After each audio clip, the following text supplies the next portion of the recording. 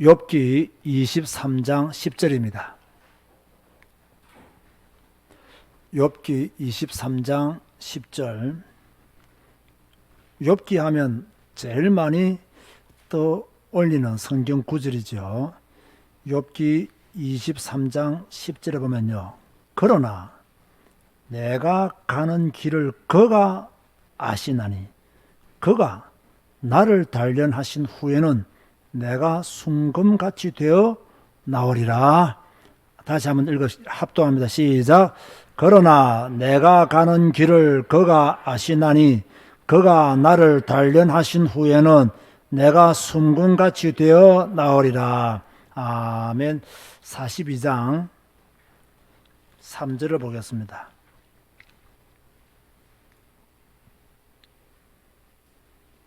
(42장) 3절에 보면요. 무지한 말로 이치를 가리는 자가 누구니까? 나는 깨닫지도 못한 일을 말하였고 스스로 알 수도 없고 헤아리기도 어려운 일을 말하였나이다. 욥이 회개하면서 하나님께 했던 고백입니다. 자, 우리는 지금 성경에 나오는 인물들을 공부하고 있습니다. 지금까지 아담과 하와, 가인과 아벨, 또 에녹, 노아와 세 아들에 대해서 공부를 했습니다. 자, 오늘은 욥에 대해서 공부하려고 합니다.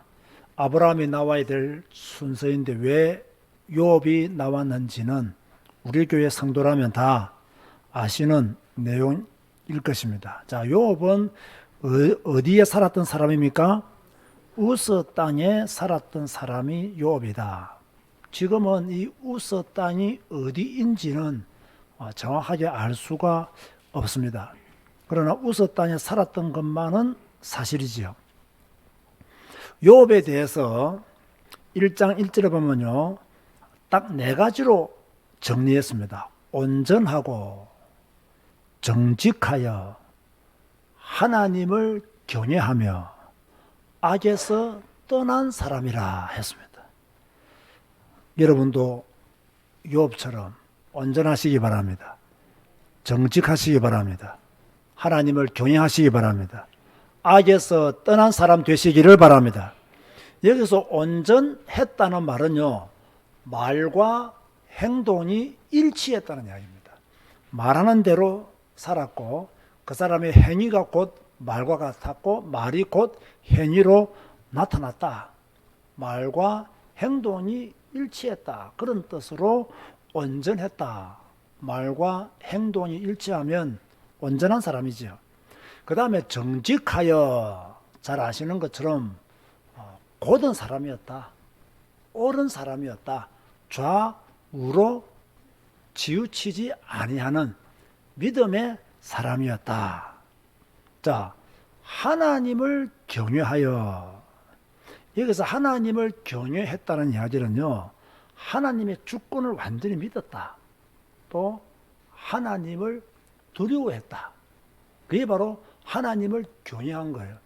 여러분들이 하나님을 경외한다면 모든 하나님의 주권을 다 믿어야 되고, 하나님을 경외한다면 하나님을 두려워하는 마음도 가져야 됩니다. 그래서 경외라는 말 속에는 하나님의 주권 인정과 하나님을 두려워하는 마음을 동시에 가진 것을 가르쳐서 경외한다. 그렇게 설명을 하고 있는 거예요. 악에서 떠난 사람이 되었다는 것은 윤리적으로 완전했다는 말입니다. 제가 어제 해외신학교 강의하면서도 그런 말을 했습니다. 신앙과 윤리, 이걸 별개로 볼 것이냐, 같은 것으로 볼 것이냐. 솔직히 말하면요, 같은 것은 아니에요. 그렇지만 그리스도인들이 윤리를 중요하게 생각해야 됩니까? 가볍게 생각해야 됩니까? 윤리를 중요하게 생각해야 됩니다. 그것이 곧 전도입니다. 그리스도인들이 윤리를 가볍게 여기고 대수롭지 않게 여기고 복음이기 때문에 하면서 윤리를 가볍게 여긴다면, 정말 대수롭게 여긴다면 그 사람은 복음적인 삶을 살지 못하는 것입니다. 저는 아무리 생각해 봐도요, 인간의 윤리는 어디서 나왔느냐? 성경에서 나왔다고 봐야 됩니다. 그죠? 십계명과 반대되는 윤리가 어디 있습니까?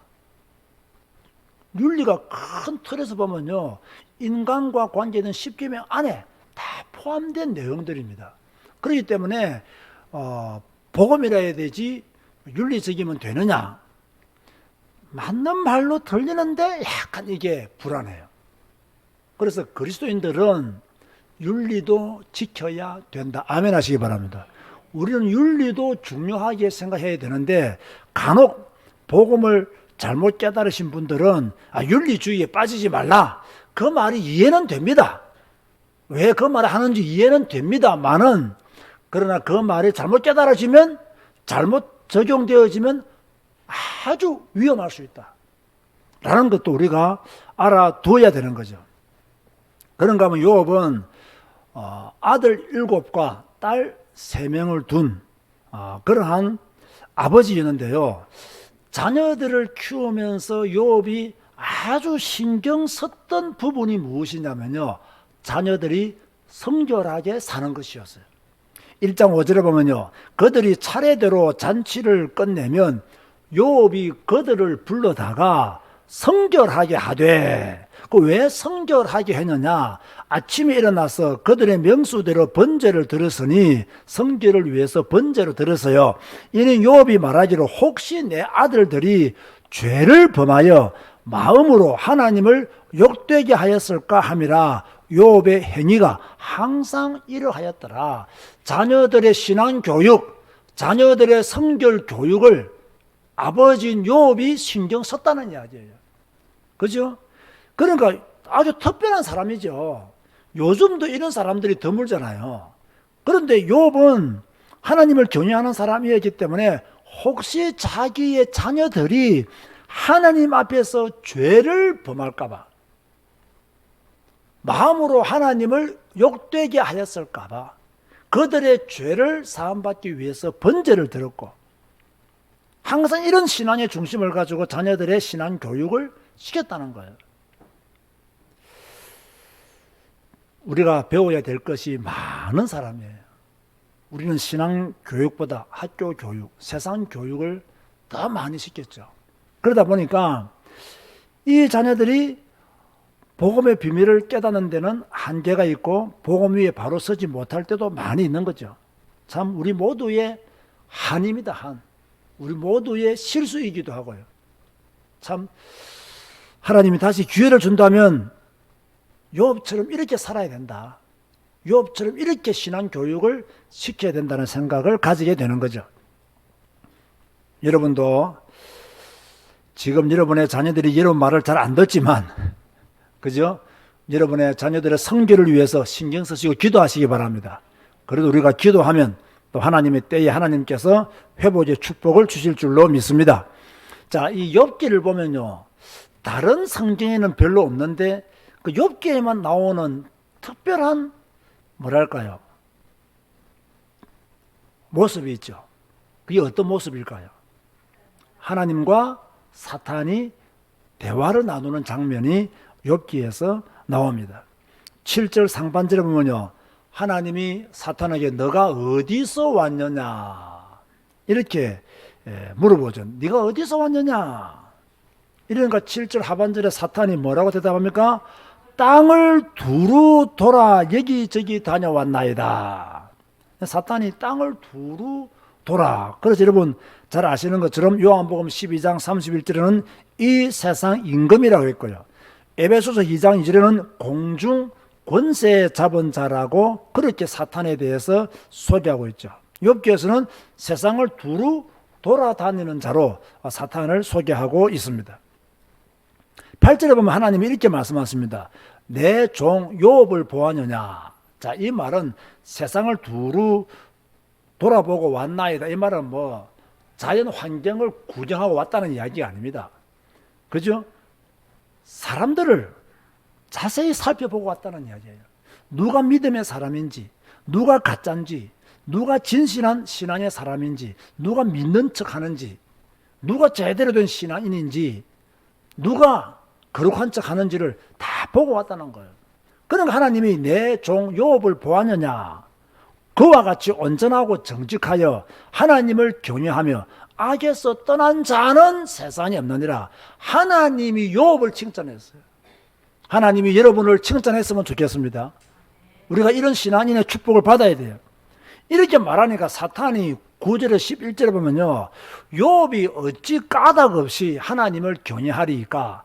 주께서 그의 집과 그의 모든 소유물을 울타리로 두르심 때문이 아니니까 이제 주의 손을 펴서 그의 모든 소유물을 치소서. 그리하시면 틀림없이 주를 향하여 욕하지 않겠나이까? 우리가 여기에서 알 수 있는 첫 번째 것은 뭐냐면, 우리 집과 우리의 소유물을 축복하시는 분은 누구시다? 하나님이시라는 거예요. 사탄이 지금 하나님께 그렇게 말하는 거예요. 하나님이 욥의 집안에, 욥 가정에 하나님이 복을 주었으니까 욥이 하나님을 섬기는 것이지, 만약 그의 소유물을 손대보십시오, 욥이 하나님을 섬기는가? 지금 이렇게 말하고 있는 거예요. 이걸 딱 보면 무엇을 알 수 있냐? 아, 우리 가정의 경제는 누구에 의해서 결정되어진다? 하나님에 의해서 결정되어진다. 그 믿음을 가지고 있어야 돼요. 이러니까 12절에 하나님께서 사탄에게 말을 하죠. 그의 소유물을 다 네 손에 맡겨놓으라. 다만 그의 어디에만 손대지 마라? 몸에는 네 손을 대지 말지니라. 그래, 네가 지금 나한테 와서 내가 욥에게 복을 주었으니까 욥이 나를 섬긴다고 했는데, 욥 몸에만 손대지 말고 그의 소유물을 네가 다 한번 가져가봐. 욥이 어떻게 하는지 한번 보자. 이렇게 된 거예요. 자, 우리는요, 물질 때문에 하나님을 믿는 성도가 되면 안 됩니다. 그죠? 근데 이런 성도들이 많죠. 물질의 복을 위해서만 하나님을 믿는 자들이 많아요. 옛날 우리의 신앙도 그랬습니다. 소유물만 건드리면 발작하는 사람도 있습니다. 옛날 우리가 그랬습니다. 성숙하지 못했을 때, 참 복음을 몰랐을 때, 성경 읽지 않았을 때는요, 그럴 수 있었어요. 그러나 지금은 그러면 안 돼요. 우리의 소유물이 많든 적든 감사하면서 살아가야 될 줄로 믿습니다. 소유물 때문에 하나님을 믿는 게 아니에요. 자, 이렇게 돼서 하나님의 허락을 받았잖아요. 그러니까 사탄이 욥을 시험합니다. 하나님과 대화가 끝나자마자 사탄이 나가서 일을 합니다. 그래서요, 욥의 소유물을, 방법들을 동원해서 탈취해 가기 시작하는 거죠. 서바 사람들이 와서 소와 나귀를 빼앗았고 칼로 종들을 죽였습니다. 하나님의 불이 땅에 떨어져서 양과 종들을 불살라 버렸다고 종이 와서 보고를 했습니다. 하나님의 불이 아니었을 것인데도요. 갈대아 사람이 낙타에게 달려들어서 그것을 빼앗았고 칼로 종들을 죽였습니다. 또 욥의 자녀들이 음식을 먹고 있을 때에 큰 바람이 와서 뭡니까? 그 아들들을 죽이고 말았습니다. 자, 소유물, 종들, 아들들까지 다 빼앗아간 거예요. 욥의 인생의 가장 큰 시련이, 가장 큰 위기가, 가장 큰 문제가 자신의 힘으로 감당하지 못할 어마어마한 시련이 한꺼번에 다 들이닥친 거예요. 자, 이때 욥이 무엇이라고 고백합니까? 욥기 1장 20절에 22절 보세요. 욥기 1장 20절에서 22절을 보면요, 우리 다 같이 한번 큰 소리를 읽겠습니다. 시작. 욥이 일어나 겉옷을 찢고 머리털을 밀고 땅에 엎드려 예배하며 이르되, 내가 모태에서 알몸으로 나와 싸운즉 또한 알몸이 거리로 돌아가올지라. 주신 이도 여호와시요 거두신 이도 여호와시오니 여호와의 이름이 찬송을 받으실지니이다 하고, 이 모든 일에 욥이 범죄하지 아니하고 하나님을 향하여 원망하지 아니하니라. 자, 우리가 지금요 1장 20절에서 22절 읽었잖아요. 여러분이 보기에 무엇이 가장 귀하다고 생각하세요? 어떤 게 가장 좋은 고백이라고 생각하세요? 무엇이 가장 훌륭한 고백이라고 생각하세요? 저는요, 땅에 엎드려 예배하며, 이 자체가요, 어마어마한 신앙 고백이에요. 재산 다 날라가, 종들 다 죽어, 아들들 다 죽어. 근데 그런 순간에도 뭐 했다고요? 땅에 엎드려서 하나님께 예배했어요. 어마어마한 문제가 왔을 때, 인간으로서 감당하기 어려운 시련이 왔을 때 뭐 했느냐? 예배했어요. 하나님께 엎드렸어요. 우리는 어떻게 합니까? 기분 조금만 나빠도요, 예배부터 갈아치워버립니다. 마음 조금만 상해버려도요, 예배부터 실패합니다. 내 마음에 조금 안 드는 일이 발생하면요, 예배부터 빼먹습니다. 그런데 욥은 어떻게 했습니까? 재산이 다 날아갔다니까요. 종들이 다 죽었다니까요. 자녀들도 죽었어요. 그런데 뭐라고 했습니까? 땅에 엎드려 예배하며. 저는 옛날에 성경 읽을 때는요, 내가 모태에서 알몸으로 나와 사온 적 또한 알몸으로 거리로 돌아가올지라, 정말 위대한 신앙 고백이구나 이렇게 생각했어요. 주신 이도 여호와시요 취하실 이도 여호와이시다, 이 말들이 참 멋지게 보였어요. 그런데 성경을 읽으면 읽을수록요, 욥이 겉옷을 찢고 머리털을 밀고 땅에 엎드려 예배하며, 이게 있었기 때문에 뒤에 신앙 고백이 나올 수 있었던 거예요. 땅에 엎드려 예배하며 이게 없으면요, 다른 거 다 없어요.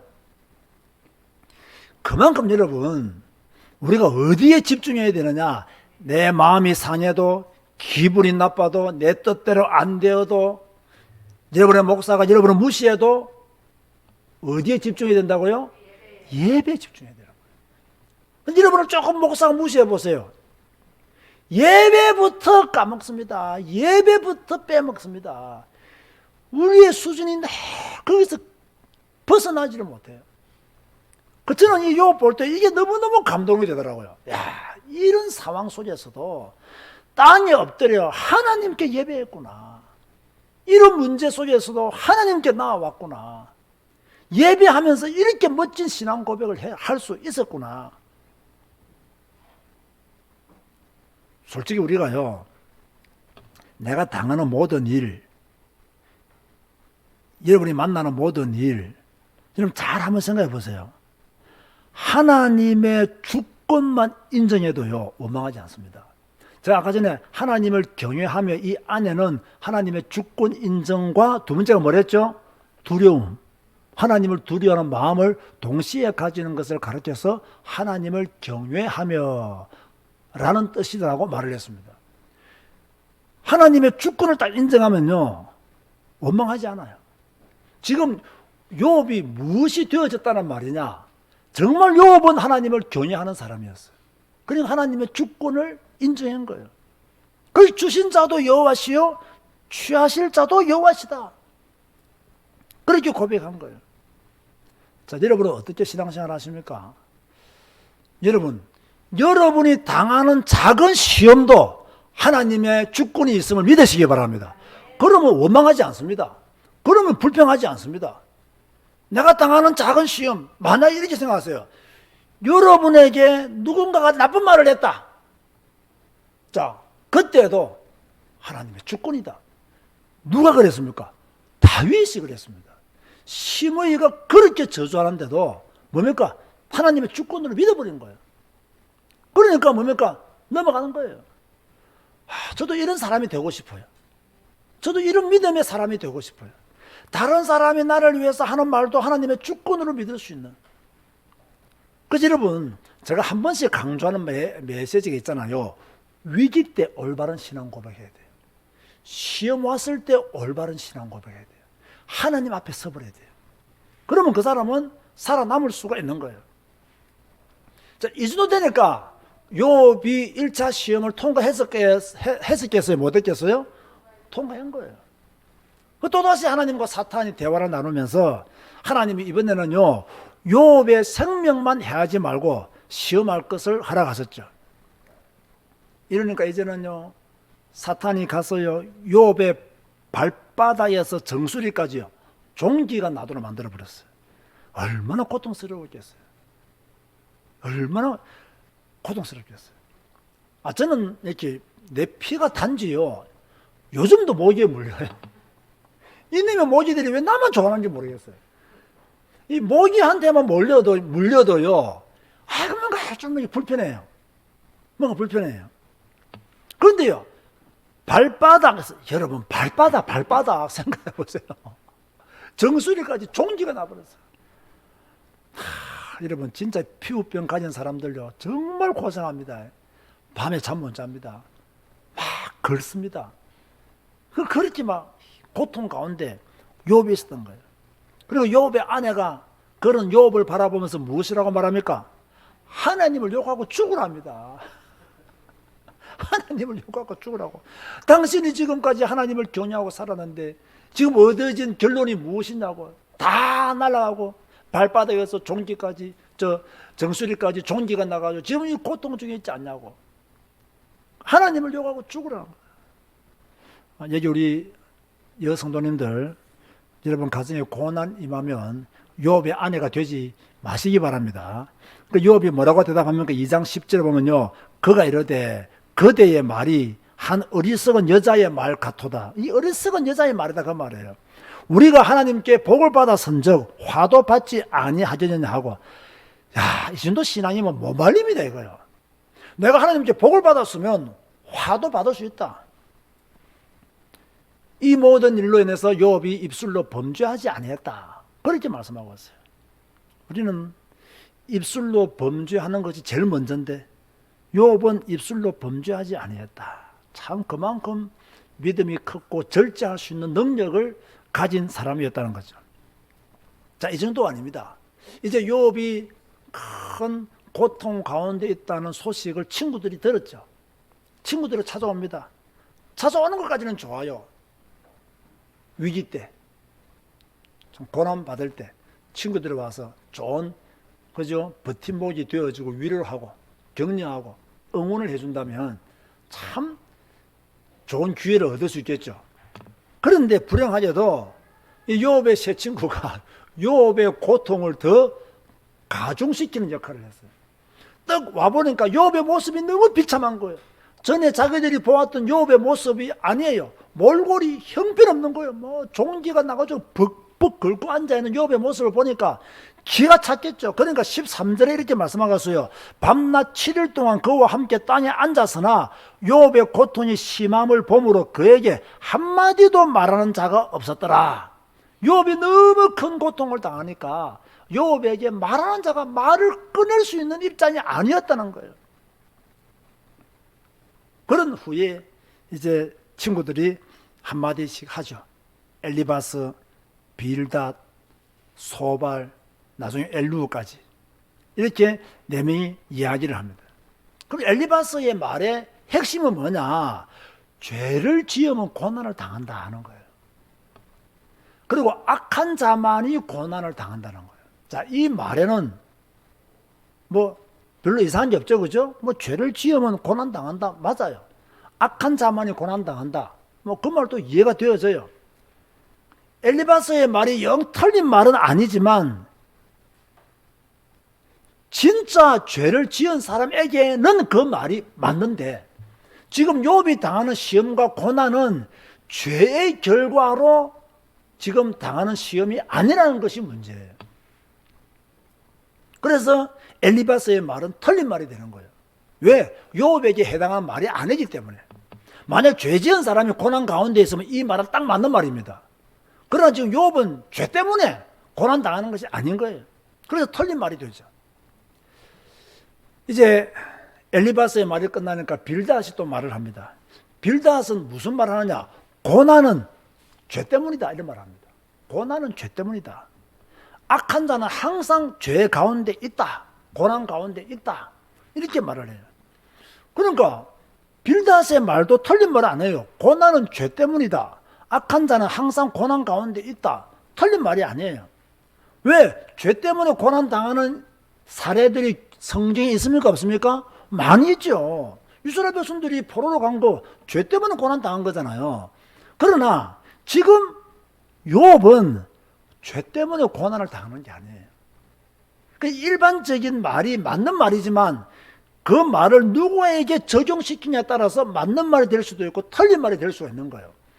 빌닷의 말도 맞지만 지금 욥은 죄 때문에 고난당하는 것이 아니기 때문에 틀린 말이 되는 거죠. 빌닷의 말이 끝나니까 또 소발이 말을 합니다. 악한 자의 생은 짧다. 네가 지금 현재도 죄를 짓고 있다. 뭐 소발의 말도 일리가 있죠. 우리도 지금 살면서 죄를 지어야 안 지어요? 죄를 짓잖아요. 그런데 욥에게 이 말이 해당되지 않았다는 거예요. 요 이야기가 거의 40장 끝까지 가지 않습니까? 계속 갑니다. 엘리바스가 괴롭혔다가 빌닷이 괴롭혔다가 소발이 괴롭혔다가 소발이 또 끝나면 또 엘리바스가 2차 변론하고 빌닷이 또 2차 변론하고 3차 변론하고. 야, 여러분은 대화가 잘 되는 사람하고 오래 있고 싶어요? 대화가 안 되는 사람하고 오래 있고 싶어요? 여러분, 대화가 안 되는 사람하고요 오래 있으면요 피가 거꾸로 솟을 때가 있습니다.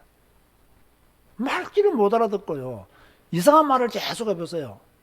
진짜요. 경상도로 미치고 환장하고 죽을 지경입니다. 지금 말도 안 통하는 친구들과 계속 논쟁합니다. 그 37장까지 계속 논쟁하잖아요. 그래서 유명한 영국의 그 설교자였던 찰스 스펄전은 이런 말을 했습니다. 욥의 세 친구가 욥의 상처에 빙초산을 들이부은 것과 같아. 부은 것과 같아. 그러니까 그 고통이 빙초산을 들어부어버리면 수십 배나 더 고통스럽잖아요. 그 정도로 욥이 세 친구와 나눈 대화가 욥을 더 어렵게 만들고 힘들게 만들었고 쉬지 못하도록 만들었고 뭡니까? 휴식하지 못하도록 그렇게 만들었다는 이야기예요. 그런데 문제는요 욥의 이 세 친구들이 욥에게 이런 말을 하게 된 배경이 무엇이냐는 겁니다. 잘 한번 생각해 보세요. 지금 그들이 했던 말이나 이런 전체적인 내용을 딱 볼 때 그들이 했던 말은 네가 지금 고난을 당하는 것은 죄 때문이야 이거잖아요. 네가 악한 짓을 했기 때문에 고난을 당하는 거야. 항상 악한 자는 고난을 당하게 돼 있어. 그럼 지금 자기들은 고난을 당했어요? 안 당했어요? 안 당했더라고. 무슨 말입니까? 내가 네보다 더 어렵다. 그런 이야기를 너는 지금 죄를 지어서 고난 당하고 있지만 우리는 지금 고난을 당하지 않고 있기 때문에 네가 내 말을 들어야 돼. 네가 우리 말을 들어야 돼. 이런 것들이 배경으로 깔려 있는 거죠. 자, 이런 후에 이제 엘리후가 말을 합니다. 자, 엘리후의 말이 조금요 애매하기도 하고 조금 좋기도 하고 조금 나쁘기도 하고 그래요. 근데 엘리후의 말 중에 좀 긍정적인 게 뭐냐면 엘리후는 고난에는 하나님의 계획이 있다. 이런 메시지가 숨겨져 있어요. 고난에는 하나님의 계획이 있다. 겸손하게 하나님께 순종하며 살아야 된다. 여기까지는 엘리후가 했던 말 중에서는 너무너무 좋은 모습이었어요. 그런데 이 엘리후도 한 가지를 실수하게 되는 게 뭐냐면 욥에게 이것을 말할 때 마치 욥이 하나님을 거슬렸어. 좀 하나님의 마음에 들지 않는 삶을 살았기 때문에 좀 이렇게 네가 이런 문제 속에 빠졌지 않았느냐라는 뉘앙스가 엘리후의 말 속에 있어요. 그래서 이 네 명의 친구 모두의 말이 한편으로는 뭡니까? 욥에게 전혀 도움이 되지 않았다. 그렇게 볼 수가 있는 거죠. 자, 이렇게 해서 욥기가 거의 끝납니다. 자, 그렇다면 우리가요, 지금 오늘 욥이 당한 고난의 의미를 한번 생각해 보자고요. 또, 우리도 이 땅에 살면서 고난을 계속 당할 수가 있잖아요. 여러분, 고난에 대한 해석이 중요해요. 이게 제일 중요해요. 저는 이렇게 생각합니다. 고난이 있어야 큰 진리의 말씀을 깨닫는다. 고난이 있어야 더 성장하고, 고난이 있어야 더 큰 은혜를 누리고, 고난이 있어야 더 큰 믿음의 사람이 된다. 그런 시각을 우리가 가져야 돼요. 욥기 19장 25절 26절 보면요, 내가 알기에는 나의 대속자가 살아계시니 마침내 그가 땅 위에 서실 것이라. 내 가죽이 벗김을 당한 뒤에도 내가 육체 밖에서 하나님을 보리라. 자, 이런 어마어마한 신앙 고백을 할 수 있었던 배경도 무엇이냐? 고난 중에 큰 진리를 욥이 깨달았기 때문이죠. 다시 말해서 고난은 새로운 것을 보게 하는 하나님의 시간표라는 거예요. 이 고난을 통해서 새로운 것을 보죠. 여러분, 저도 지금까지 살면서 나는 사실 뭐 큰 고난을 당하지는 않았어요. 지금까지 목회하면서도 뭐 개척하면서 뭐 조금씩 어려움 당하는 것은 다 당하는 것이거든요. 그런데 뭐 큰 내가 고난을 내가 당하지 않았지만 세월을 딱 지나와서 내 과거를 딱 보면요, 다 구석구석에 하나님의 뜻이 다 있는 거예요. 내가 실패할 때도 그곳에 하나님의 뜻이 있었고, 내가 넘어질 때도 하나님의 뜻이 그곳에 있었고, 그죠? 나로 하여금 내 미래를 두고 하나님이 훈련시켜 나가시는 훈련장으로 내 과거를 사용하셨다. 이 말 이해됩니까? 내 미래를 위해서 내 과거를 훈련장으로 훈련시키시는 과정으로 삼으시고 내 미래를 쓰시기 위한 하나님의 절대적인 계획이 있었다는 것을 발견하게 돼요. 이걸 깨닫는다면 고난은 내게 유익하다, 무익하다? 유익하다는 거예요. 그죠? 그래서 시편 119편 67절에 고난 당하기 전에는 내가 그릇 행하였더니 이제는 주의 말씀을 지키나이다. 고난 당하고 난 뒤에 내가 더욱더 믿음의 삶으로 바로 섰다는 이야기예요. 고난이 있은 뒤에 내가 더욱더 주의 말씀을 잘 지켰다는 이야기예요. 시편 119편 71절에는요, 고난 당한 것이 내게 유익이라. 아멘 하시기 바랍니다. 그래서 여러분 절대로요, 옆에 있는 성도가 고난 당하면요, 기도해주고 축복해줘야 됩니다. 뭐 회개하라면 안 됩니다, 여러분. 그죠? 그 사람에 나타난 고난의 의미를 우리는 알 수는 없잖아요. 왜 그 사람이 그 고난이 임했는지 우리는 알 수는 없잖아요. 하나님과 그 사람과의 관계잖아요. 그렇다면 우리는 욥의 새 친구가 되면 안 된다는 이야기예요. 하나님의 뜻이 있을 거야. 하나님이 더 큰 사람으로 쓰시기 위한 훈련 과정일 거야. 할렐루야. 이런 해석을 내릴 수 있어야 된다는 이야기예요. 그런데 우리에게 이런 해석을 할 수 있는 힘이 있느냐? 없어요. 바로 율법으로 정죄합니다. 바로 율법을 갖다 댑니다. 이런 모습 우리가 고쳐야 돼요. 그런데 욥 보세요. 욥기 23장 오늘 본문 10절에 보면요, 그러나 내가 가는 길을 그가 아시나니 그가 나를 단련하신 후에는 내가 순금같이 되어 나오리라. 할렐루야. 내가 가는 길을 그분이 아신다. 그분이 나를 단련하신 후에는 내가 순금같이 되어 나오리라. 참, 여러분도 빨리 순금 되시기 바랍니다. 그죠? 여기서 하나님이 다 아신다는 말은요, 하나님께서 나의 고난을 지금 인도하고 계신다. 나의 고난의 주도자는 누구시냐? 하나님이시다. 나를 단련하신다는 말씀은요, 하나님의 절대적인 계획이 있는 고난이다.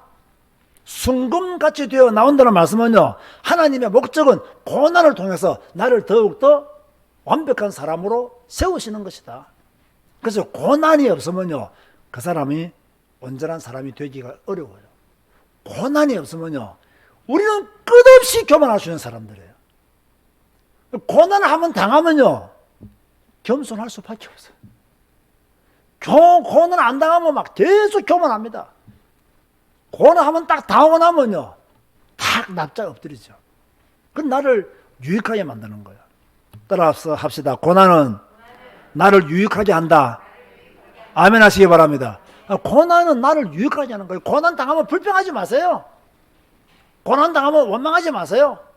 고난 당하면 기도하세요. 고난 당하면 욥처럼 엎드리세요. 예배하세요. 아멘 하시기 바랍니다. 그러면 거기서 답이 나오는 거예요. 자, 욥의 결론이 어떻게 됩니까? 물론 욥도 하나님께 책망을 듣습니다. 욥이 하나님의 주권을 믿었지만 완전히 믿지 못할 때가 있었어요. 그래서 욥이 책망을 받기도 합니다. 욥은 자신의 의를 너무 강조한 측면도 있었어요. 그래서 책망을 받기도 하죠. 자, 그런가 하면 욥의 세 친구들에게 뭐라고 말합니까? 욥에게 가서 같이 제사를 드리라. 그죠? 그래서 관계 회복을 하나님이 허락해 주었죠. 조금 전까지는 치열하게 싸우다가, 그래도 그 욥의 세 친구, 네 친구는요, 그래도 믿음의 사람들이었어요. 왜 그렇습니까? 결국 욥을 찾아가서 같이 번제를 드리잖아요. 그리고 화해하잖아요. 얼마나 아름답습니까? 자, 욥이 받은 축복이 무엇입니까? 42장 12절과 13절을 보세요.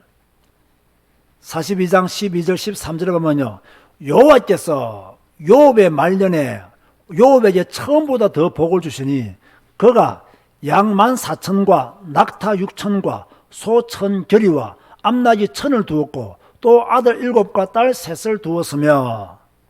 자, 여러분, 고난 당하기 전에 욥의 자녀 수가 어떠했죠? 똑같죠, 그죠? 고난 당한 후에도 자녀의 수는 똑같았어요. 물질은 더 변화 축복을 받았고요. 혹시 우리 성도님들 중에서 오늘 또 방송을 통해서 예배 드리시는 분들 중에서 지금 고난 가운데 있는 분들이 있습니까? 욥처럼 하나님께 엎드려 예배 드리시기 바랍니다. 하나님의 주권을 믿고 하나님을 두려워하시기 바랍니다. 그리고 고난 당하는 것이 내게 유익이라 이렇게 고백하시기 바랍니다. 욥처럼 내가 가는 길을 주님이 아신다. 주님이 나를 단련하고 계신다. 나는 원망할 것도 없고 불평할 것도 없고 하나님의 단련하심을 따라 통과하자. 그럼 내가 순금이 되어서 나올 것이다. 그런 믿음 가지시기 바랍니다. 하나님은 여러분을 하나님의 자녀로 하나님의 사람으로 서시기 위해서 우리에게 고난을 주시는 것입니다. 아멘 하시기 바랍니다. 정말입니다. 우리에게 고난이 있는 것은 하나님의 사랑이에요. 내게 고난이 있는 것은 하나님의 은혜예요. 내게 고난이 있는 것은 하나님의 축복이에요. 이 정도로 믿어버리면 여러분이 이 시대의 욥이 될 줄 믿으시기 바랍니다. 욥처럼 시험과 고난 가운데서도 변함없이 주님 바라보고 주님 의지하는 여러분 되시기를 주님의 이름으로 축복합니다. 주님 감사합니다. 오늘 욥을 배웠습니다. 우리도 욥처럼 시험을 통과하는 자가 되게 하시고 이전보다 이후의 삶이 아름다울 수 있도록 축복하여 주옵소서. 예수님의 이름으로 기도드리옵나이다. 아멘.